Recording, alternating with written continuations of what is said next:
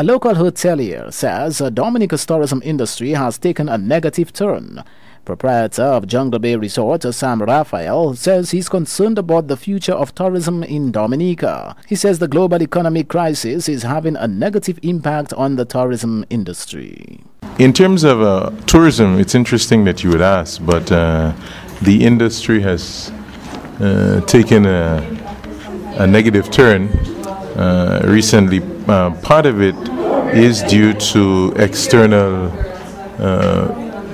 matters that are out of our control, the global economic crisis that really crashed in 2008, and it still hasn't recovered yet, and it's a prolonged recession, and Dominica is feeling the sting of that in terms of our tourism arrivals.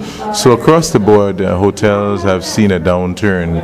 I don't know the exact percentage off the top of my head, but in terms of Jungle Bay, for instance, we are down about 11% from where we were in 2007, which was our benchmark year. Interestingly, we've stabilized because we're a little better than 08 and 09, but still we're seeing fewer and fewer visitors coming in from the United States, which is an unfortunate trend.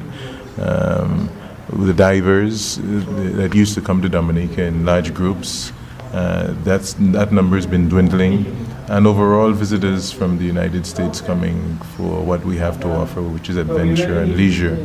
We've seen a huge drop in that. Part of that has to do with the ability of persons to get flights that are reasonably priced and flights that can connect during the same day. That situation may have even gotten slightly worse than it was a few years ago. So those are the factors. We're seeing a few more visitors coming in from Europe.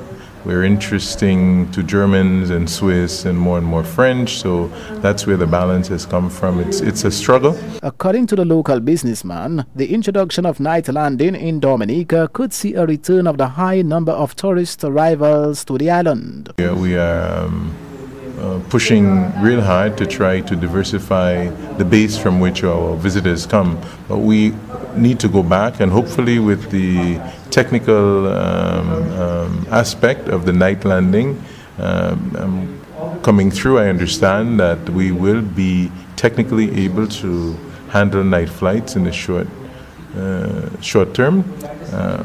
Hopefully we will be able to attract those night flights. It's one thing to have the technical capacity, but we haven't seen anything that would suggest that we have the late flights that could,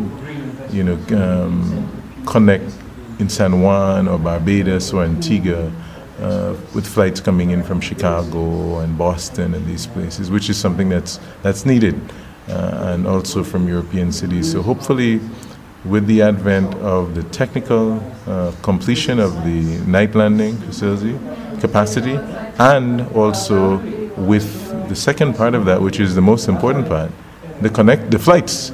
If we can have night flights coming in or late evening flights, this should make a difference. So this is where hopeful that the government can negotiate on the behalf of the tourism industry and behalf of Dominicans with Liat and the other airlines to come in to Dominica later in the evening, where they can collect the people that have come from the different places.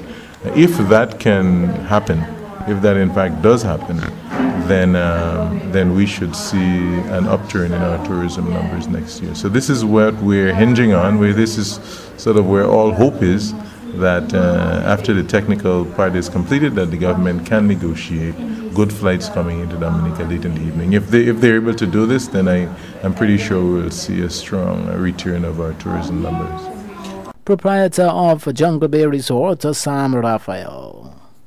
16 students will walk through the doors of the Will Strathmore Stevens School today at its annual graduation ceremony. Graduation coordinator Zethlin Hamlet says the school's top students this year are national bursars Yona Telemark and Adina Charles. Hamlet says this is the first year after a long wait that the school's graduation will feature a new inclusion made possible by an anonymous donor. Our top students are Miss Yona Telemark and Miss Adina Charles.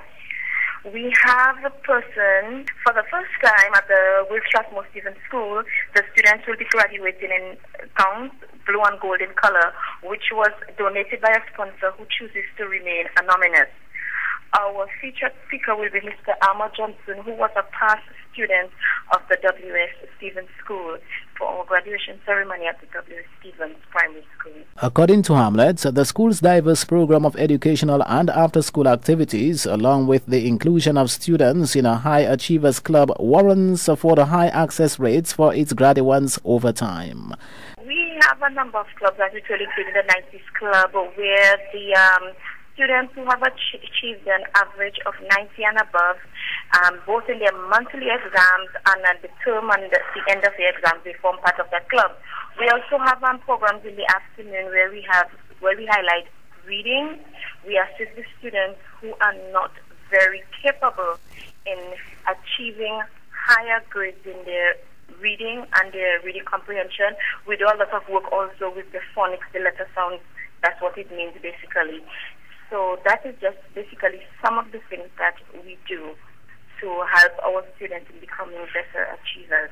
Graduation coordinator at the Will Strathmore Primary School, Zethrin Hamlets.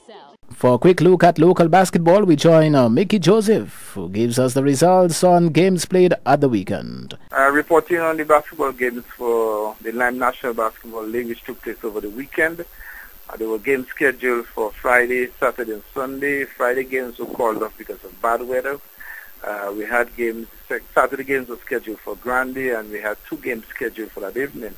The first game between ACS Ballers and Belvishope and Bullseye Pharmacy Pistons from Pichley. The second game was between the Lime Pros from Grandy and the RGS Blazers from Massac. The first game, which started at 7 o'clock between ACS Ballers and Belvishope, that game was won by Ballers, winning 66-62. Top scoring for the Ballers was Daniel Ormond with 21 points and Brent Mitchell with 14 points, and Caddy Brown contributed 12. While in a losing effort, David Zavdi scored 21 points, assisted by Kiwan Thomas with 13 points. The second game between the Blazers and Lime Pros did not take place because of bad weather, and the Blazers team did not really show up for that evening. But the bad weather canceled all games to play after the second game.